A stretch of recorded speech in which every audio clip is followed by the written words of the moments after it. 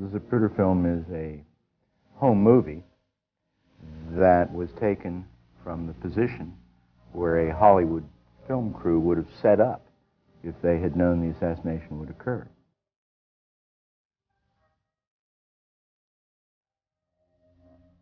There are over 500 photographs, I think, that have been collected of the events in Dealey Plaza that day. One man, Abraham Zapruder, got it from beginning to end.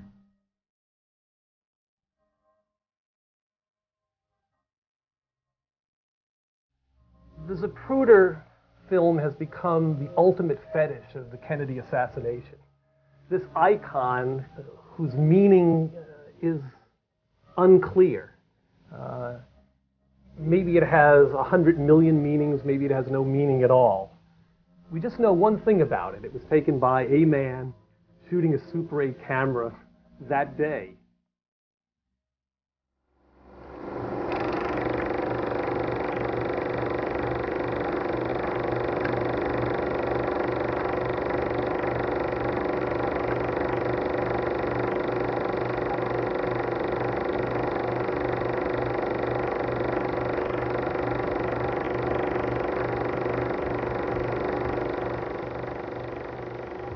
Would you state your full name for the record, please? Abraham Zapruder, What is your home address? 3909 Marquette, Here in Dallas. in Dallas, yes. Are you in business here in Dallas, Mr. Zapruder? Yes. What business are you in? Manufacturing ladies' dresses.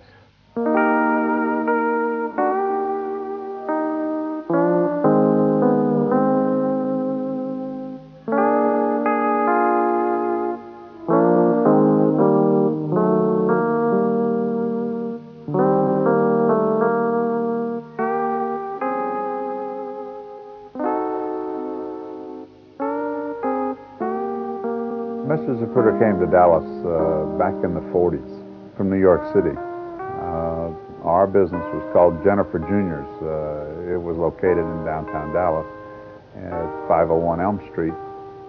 It was a nice size operation, and like I said, we enjoyed a good living out of it.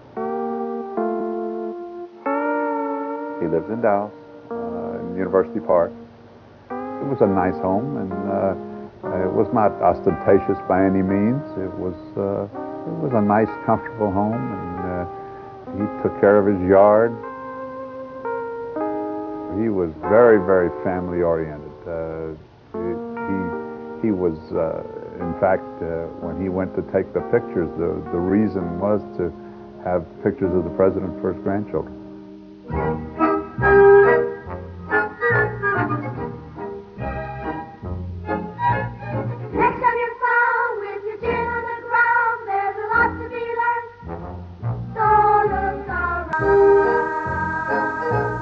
Just what makes On that day, there was a little excitement about the president coming to Dallas. The fact that he was coming right down the street, on the corner, so to speak, made it a little more interesting. All the people were planning to be outside at lunchtime so they could watch it or watch from the fire escape. But Abe forgot his camera, and he had to go home, and I told him, I don't know why you're doing that. He's going to, when that motorcade comes by this corner, they're going to be going 100 miles an hour. You won't get much of a picture. But he went home anyway. And, as they say, the rest is history. In fact, I didn't have my camera. And my secretary asked me why I don't have it, and I told her, oh, I wouldn't have a chance to see the president. And somehow she urged me, and I went home and got my camera and came back. At first I thought I would take the pictures from the window, because my building is right next to the building where the alleged assassin was, but I figured I might as well get better pictures, so I walked down Elm Street on down to the lower part, closer to the underpass. I tried one place, and it was on a narrow ledge. I couldn't balance myself very well. And I tried another place, and it had some obstruction of signs. And finally, I found a place farther down near the underpass that was a square of concrete. I don't know what you call it, about 4 feet high.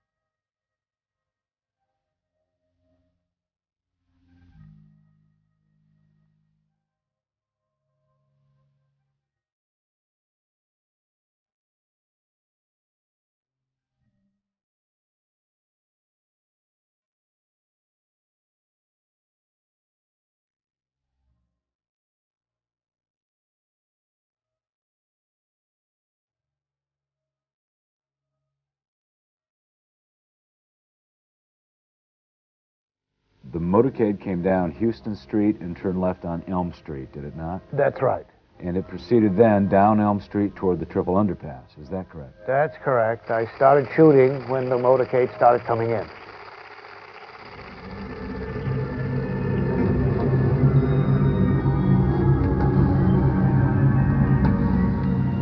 Tell us what happened as you took those pictures. Well, as the car came in line, I was shooting through a telephoto lens, and as it reached about here, I heard the first shot, and I saw the president lean over and grab himself like this. Grab himself on the front of his chest. For a moment, I thought it was, you know, like you say, oh, he got me when you hear a shot. I don't think the president's going to make jokes like this. But before I had a chance to organize my mind, I heard the second shot, and I saw that his head opened up, and the blood and everything came out, and I started... I can hardly talk about it.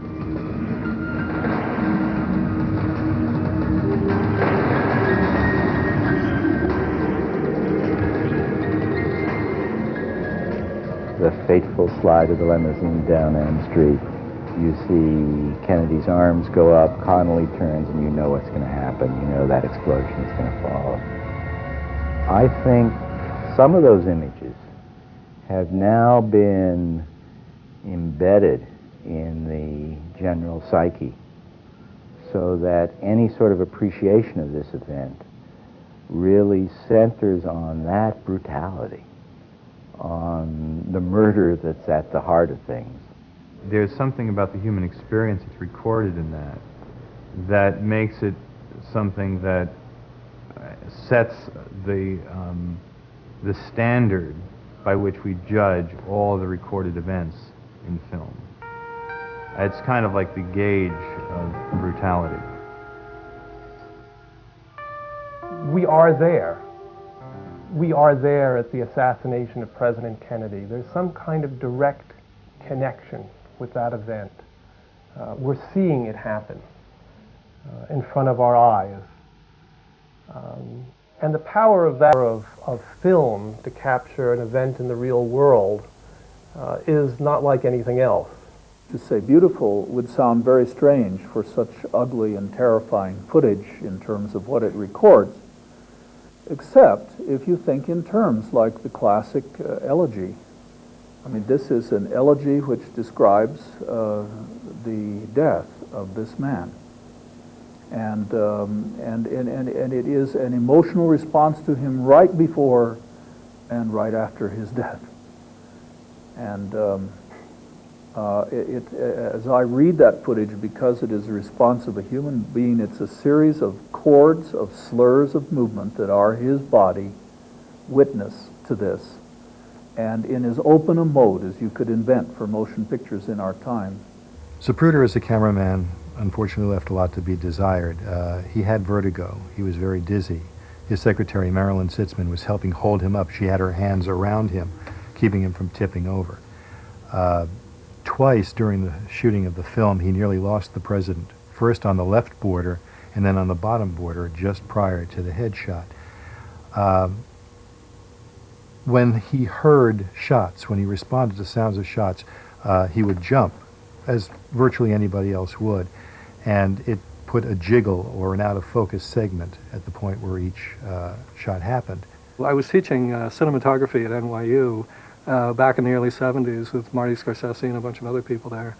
And the name Zapruder became a kind of a way of describing a certain phenomenon, which would be that if you had a very, very high quotient of total amateurism in your technique, but the content were just superb. If what you were filming was absolutely riveting and captivating and couldn't be topped, why that was like 100% on the Zapruder curve.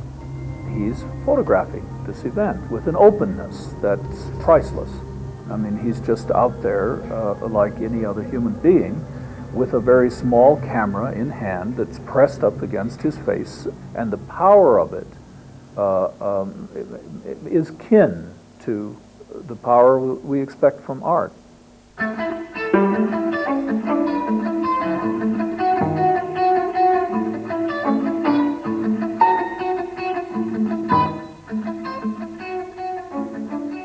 I don't even know how I did it. And I don't even remember getting off the abutment, but there I was, I guess.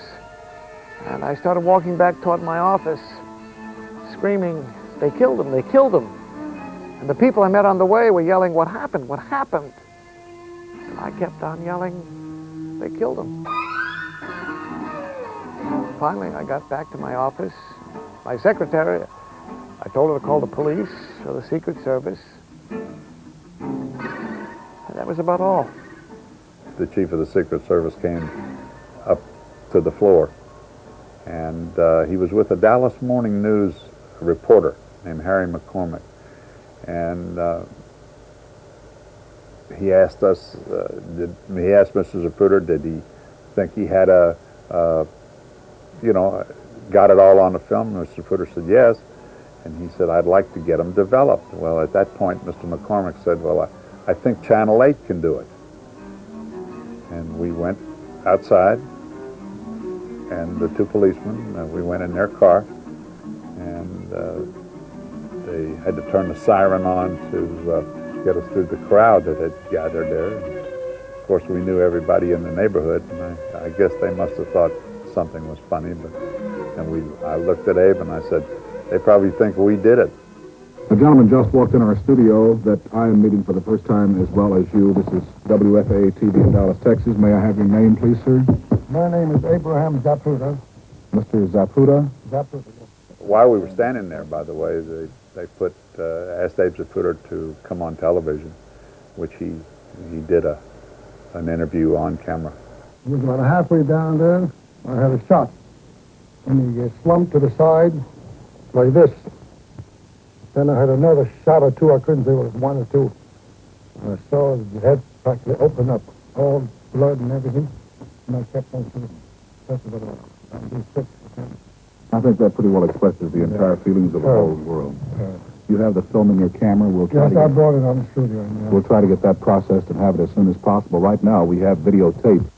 The people at Channel 8 explained that they could not develop it and that we had to take it to Kodak. They took us in the police car, and we went to Kodak, to the lab, and they were